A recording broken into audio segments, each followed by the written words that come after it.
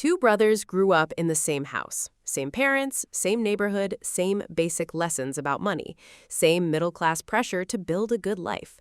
By the time Brian and Andrew reached their early 40s, their financial lives looked almost identical. Brian earned about $120,000 a year. Andrew earned about $120,000 a year.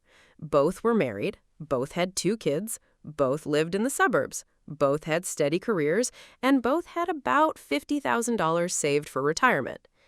But at 65, their lives looked completely different. Brian had about $540,000 saved, a mortgage still hanging over him, and monthly expenses high enough to make retirement feel risky. Andrew had about $1.58 million invested, no mortgage, no car payments, and enough flexibility to stop working without panic. Same family, similar income, similar starting point. So, what created a difference of more than $1 million? Not luck, not inheritance, not one brilliant investment. It was what each brother did during his 40s. That decade quietly decided everything. Your 40s are powerful because three financial forces collide at once. First, your income is often near its peak. Second, you still have 20 to 25 years for money to compound. Third, your lifestyle is under pressure to expand. Bigger house, better car, better trips, older kids, college costs, a stronger desire to finally look successful. That is the fork in the road. One brother turned peak income into freedom. The other turned peak income into payments. When Brian entered his 40s, he received a promotion. His income moved from about $105,000 to $120,000. For the first time in years, he felt like he could breathe. His 30s had been tight. Young kids, mortgage pressure, bills, career stress, and the feeling that every dollar already had a job. So, when more money came in, his first thought was simple. I worked 20 years for this. Don't I deserve to live better? That sounds reasonable, doesn't it? But after 40, better can quietly become more expensive before anyone notices. Brian started looking at houses. The reasons made sense. His current home was fine, but it felt small. The kids needed more space. The school district across town was better. He wanted a real home office. And after years of working hard, the bigger house felt like proof that he had finally made it. The real estate agent said, "With your income, this is very doable. You're entering your peak earning years." It sounds like a compliment, but sometimes it means you now earn enough for the bank to sell you 30 years of payments. Brian bought the house. The new mortgage, taxes, insurance, utilities, and maintenance added about $1,900 a month compared to the old home. That is $22,800 a year. Over 10 years, that's $228,000 before investment growth.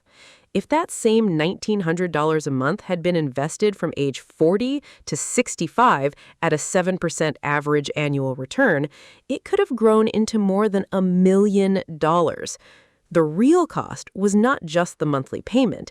The real cost was the future freedom that payment replaced. Andrew looked at bigger houses, too. He wanted one.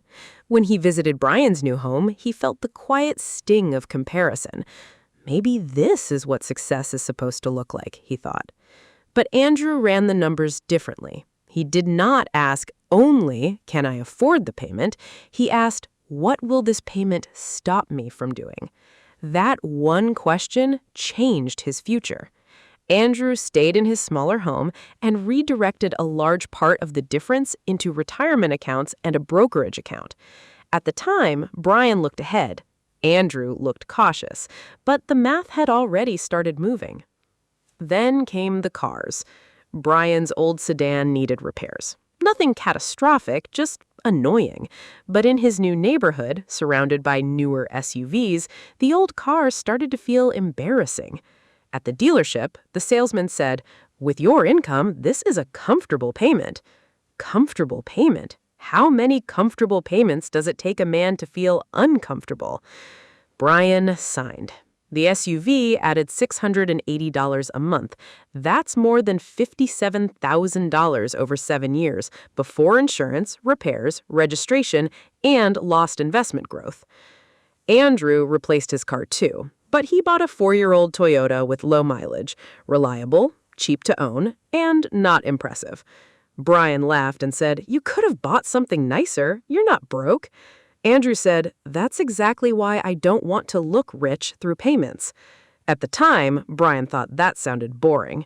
20 years later, it sounded like wisdom. A few years into their 40s, both brothers received raises. Brian's raise added about $18,000 a year to his income. He told himself, "We'll breathe a little first, then I'll get serious about saving." But a little became a pattern. More restaurants, better vacations, more delivery, more subscriptions, more activities for the kids, small upgrades that felt harmless. Within 6 months, almost the entire raise had disappeared, not wasted in one dramatic mistake, absorbed. The raise didn't make Brian wealthier, it made his lifestyle hungrier. Brian didn't stop saving completely, that's important, but his effective savings rate dropped. The bigger house, the SUV, and the new lifestyle pushed him from saving around 15% of income towards something closer to 4 or 5%. At $120,000 a year, 15% is $18,000. 5% is only $6,000. That $12,000 gap doesn't disappear for 1 year. It compounds for decades. And some years, when college bills and repairs hit at the same time, Brian saved even less. This is why his retirement didn't explode upward, even though he earned good money. His income rose, but his future only got what was left. Andrew handled raises differently. He made a rule. Half of every raise went straight to investments or emergency savings before it touched daily life. Not at the end of the month, not if anything was left, immediately. If his raise added $18,000 a year, about $9,000 went towards future freedom. The other half could improve life now. Andrew wasn't refusing to enjoy life. He was refusing to let lifestyle inflation eat every new dollar. Brian gave his future whatever was left. Andrew paid his future first. That difference also changed their careers. Brian's fixed costs made him cautious. By his mid-40s, his life needed every paycheck. When a higher-paying role opened at another company, he looked at the posting for a week and closed the browser. What if it doesn't work out? Andrew asked a different question. What if staying comfortable cost me the next 10 years?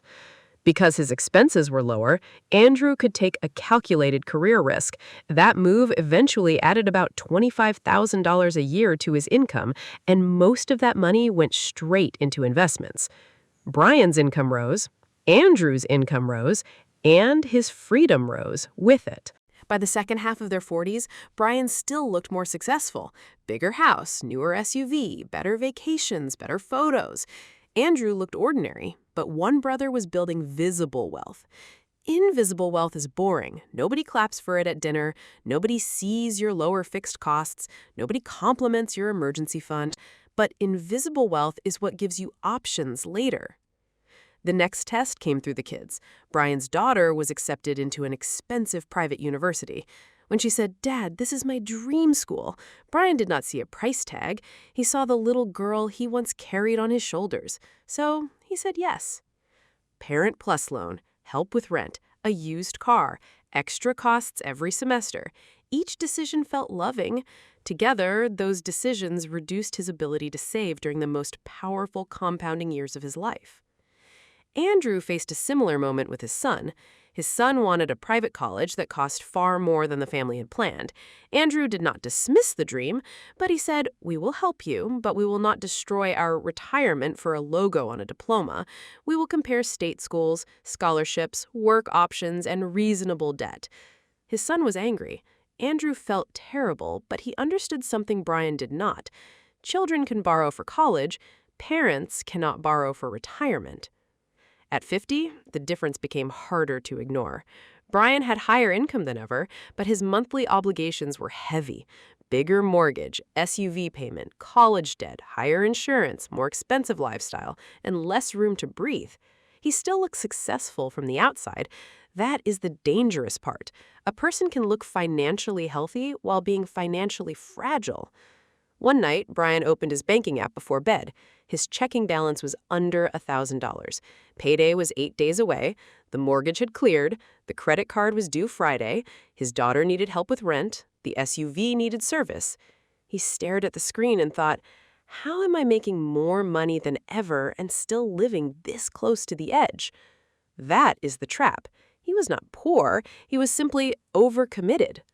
Andrew's life at 50 looked less impressive, but it had more margin. No expensive car payment, lower housing costs, a growing investment balance, a real emergency fund, and a savings rate that increased with every raise.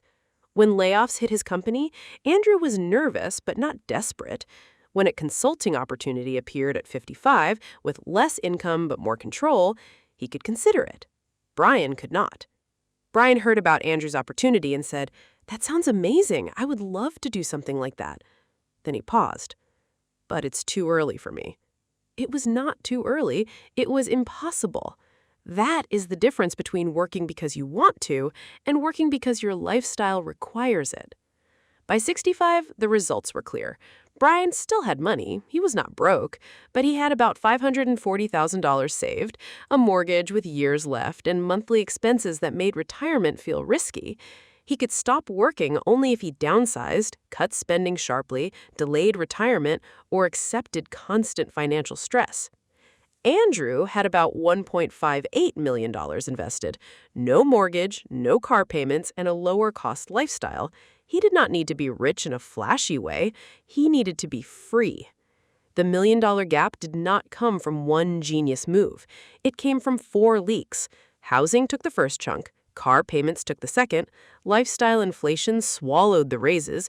College pressure reduced savings during the decade when savings mattered most. And because Brian's fixed costs were high, he lost career flexibility at the exact moment he needed it. Andrew did not win because he was smarter. He won because he protected the decade when money still had time to multiply. Now picture both brothers at 70. Brian is still checking whether Social Security withdrawals and part-time income will cover the next repair, medical bill, or property tax increase. Andrew is deciding whether to visit his daughter this month or take a trip with his wife. Not because he earned dramatically more, because his 40s bought him options. That is the lesson. Your 40s do not just decide how much money you make, they decide how much of your money stays yours.